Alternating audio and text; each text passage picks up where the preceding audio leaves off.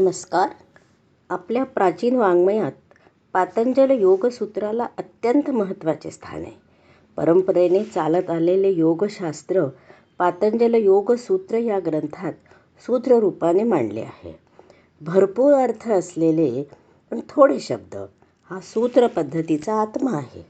जसे हे सूत्र बघा, योगश्चित्तवृत्ती निरोधः म्हणजे योग हा चित्त वृत्ती निरोधः. महर्षी पतंजलीद्वारा रचित योगसूत्रातील हे द्वितीय क्रमांकाचे सूत्र आहे.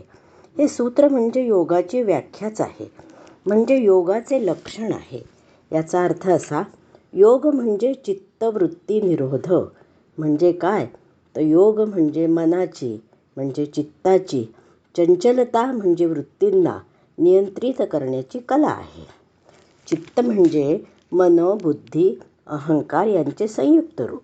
या चित्तात येणारी वृत्ती म्हणजे चंचलता म्हणजे मनात येणारे असंख्य विचार यांचा निरोध म्हणजे यांच्यावर नियंत्रण करणे.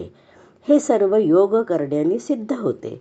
जेव्हा आपल्या मनातील विचार शांत स्थिर होतात तेव्हा ती व्यक्ती आपल्या आत्मस्वरूपाचा अनुभव करीत असते.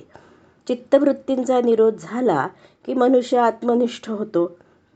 तदा द्रष्टुः स्वरूपेऽवस्थानम्. हे तृतीय सूत्र आहे. ही योगाची फलप्राप्ती आहे.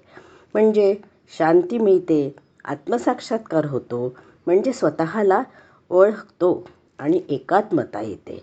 हे कशामुळे होणार बरं, तर ध्यान, प्राणायाम आणि योगासनांनी.